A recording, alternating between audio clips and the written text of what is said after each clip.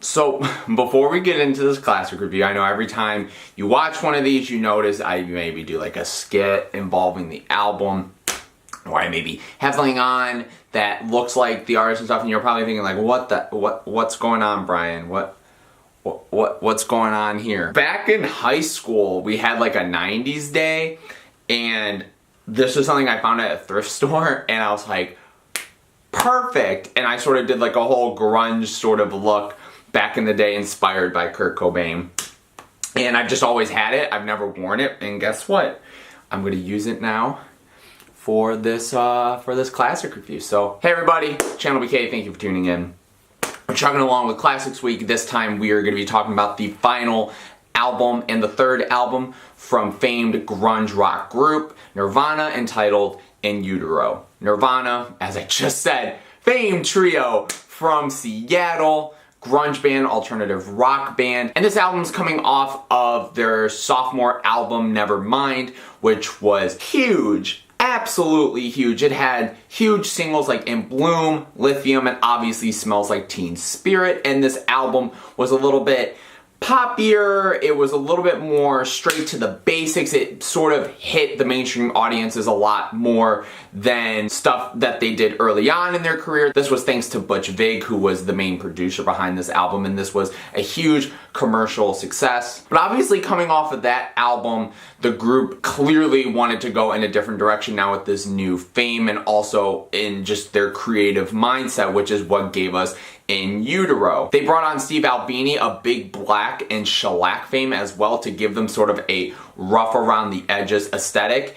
And yeah, I'll say for sure, this album is raw, it's just disgusting, it's heavy, it's punchy, and I thought all three of them on this album just sounded incredible. From Chris to Kurt to Dave, every one of them just shined on this album in terms of their instrumentation, and it definitely was a great combination with sort of the lyrics and the topics, as well as them coming off of something that was a lot more mainstream successful and sounding like Nevermind. Obviously, this album, in retrospect, is sort of, again, kind of a very hard listen in a way. It's very emotional listening to it again, you know, months down the road, Kurt killing himself, ending Nirvana, and sort of listening to this album and its lyrics talking about himself and family and depression and suicide and fame. And it's laced all throughout this album, the idea of, you know, the fame and the media just coming at him trying to say, you know, screw off, leave me alone,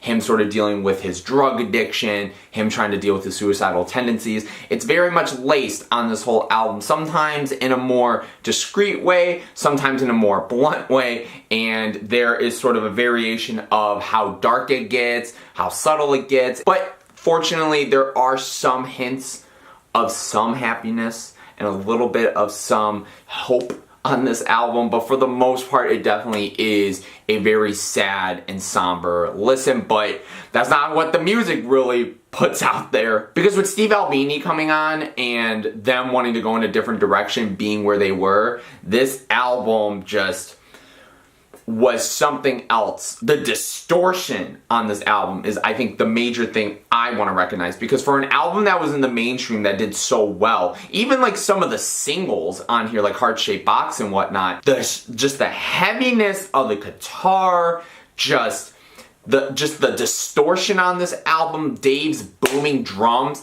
it is surprising how well this album did. And again, like, it's an album where I think the sound and the lyrics, it could have came off as corny, but obviously knowing what happened, but probably at the time when the record first came out, it probably was still such an impactful emotional release, just given everything working so well together.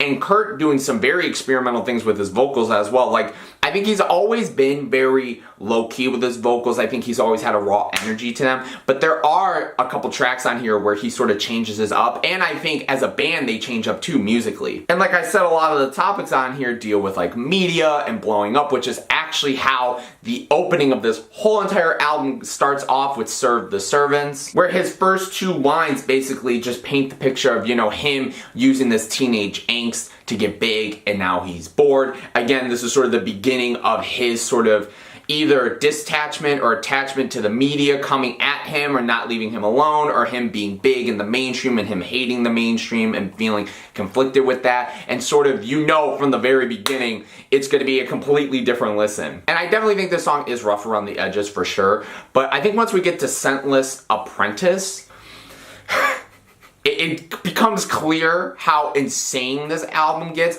I love the guitar licks on here. I love how they like get super just all over the place and statically and high pitched, and like at the end of every little part on here, like near the beginning where it's like, I thought that was intense. You know, Kurt's just like screaming like, hey, go away chorus on here is crazy. This song too is a really interesting metaphor too. It's based on a book that he loves so much called Perfume, and the lyrics and sort of his life at that time really are parallel, and he paints a really vivid and interesting and just terrifying story. Heart-Shaped Box, which is sort of, you know, a staple of the band in terms of sonically what they were trying to do on earlier albums, as well as this one a lot more prominently with a little bit more eerie, kind of quiet verses and then a huge loud chorus. This is like a really dark love song, and I love how he doesn't go for cliches on here. He goes for like very interesting sort of lyrical themes. You know, him, you know, I wish I could eat your cancer when you turn black. Like, do you know any love song where like that is so romantic and profound of a lyric that like any other person would write something like that? Rape Me, which is super controversial, and probably so much more now, which ironically was actually Kurt sort of supporting women and going against rapists and stuff like that. I mean, yeah, that is one part of the song you can take into context, but I feel like there is a deeper meaning about how the media just completely raped him for everything and information and just was prying away at him. And again, just the whole ending of the song really, oh my god, like it really does just sound like a cry for help. Francis Farmer is another great track on here. I love the chorus specifically. I love sort of the booming drums that hit from Dave on this song. I love, again, the chorus. It's super sad and super depressing. You know, I miss the comfort of being sad. Again, this was a really cool metaphorical story that he told as well about a lady named Frances Farmer back in the day in Seattle, who everyone was just sort of coming at her for all this media attention, and she got schizophrenia from it. And it just, again, just him using these very just vivid and dark stories, whether fictional or non-fictional, to sort of paint his life as well. Dumb, which is sort of one of the softer tracks on here. I love the cello on here. I love just, again, it feels a little bit more acoustic-y. It's not necessarily acoustic-y, but again, I do think like I love the sentiment of the song. I love just his way of painting how there's people, or I guess he is painting himself as somebody who is dumb, but why am I still happy? Sort of leading to the belief of like, you know, people can kind of waste their life doing stupid stuff, but at the same time, they're still out here being happy, they're still living a great life, and again, just like a really deep sentiment. Pennyroyal is again another iconic track from this album. The verses, again, a little bit more acoustic-y, a little bit more soft, and then when it gets to the hook, it's just big and bombastic, and Kurt's just violently shouty vocals in a way very beautiful and poetic. And then there's definitely tracks on this album where I feel like the group themselves, either vocally with Kurt or instrumentally with Chris and Dave, are, and Kurt as well, doing like very interesting things.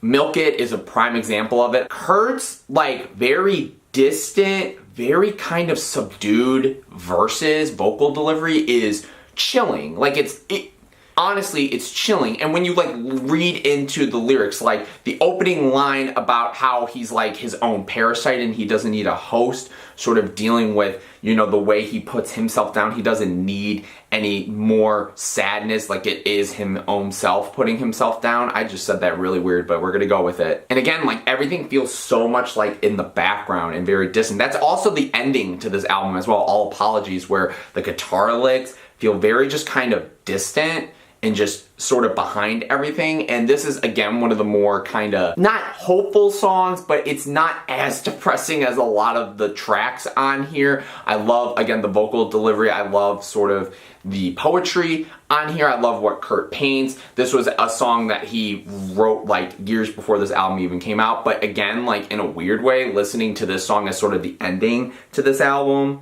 even though it's not completely depressing, it feels cathartic. It's very just, again, like Milk It, it's very just sort of eerie and somber and pretty depressing. Or something like Tourette's, which definitely is Kurt sort of trying to paint a picture of having Tourette's. It's very upbeat though, and it's fun. Unlike anything on this album, he's just screaming every vocal on here, and you're just trying to figure out what he's saying, and you have to read into the lyrics and all that. But the way he just starts it with the moderate rock line so sarcastically, and then it just goes into the rest of the track, I think is very ironic and iconic, honestly. And then something like Very Ape, which is again a shorter track on this album. I think this is another great track as well. And then a song like Radio Friendly Unit Shifter, which is, I believe, like the longest track on this album. I love the way it really does start with sort of like this radio static. I think this is one of the more experimental tracks the band has ever done in their career. Honestly though, to hear this album again, I still think it's fabulous. I think it's well put together, but it's still very stunning and shocking knowing about Kurt's death, and as well as it being in the mainstream like it was, how it had this success, but also how it clearly led to the demise of Kurt. And again, I feel like it's, I don't know. I'm very speechless thinking about this record. I think it's fabulous. And it's weird because it's like the music's still good. Like I will go back to this record, but it's hard to kind of listen to certain parts.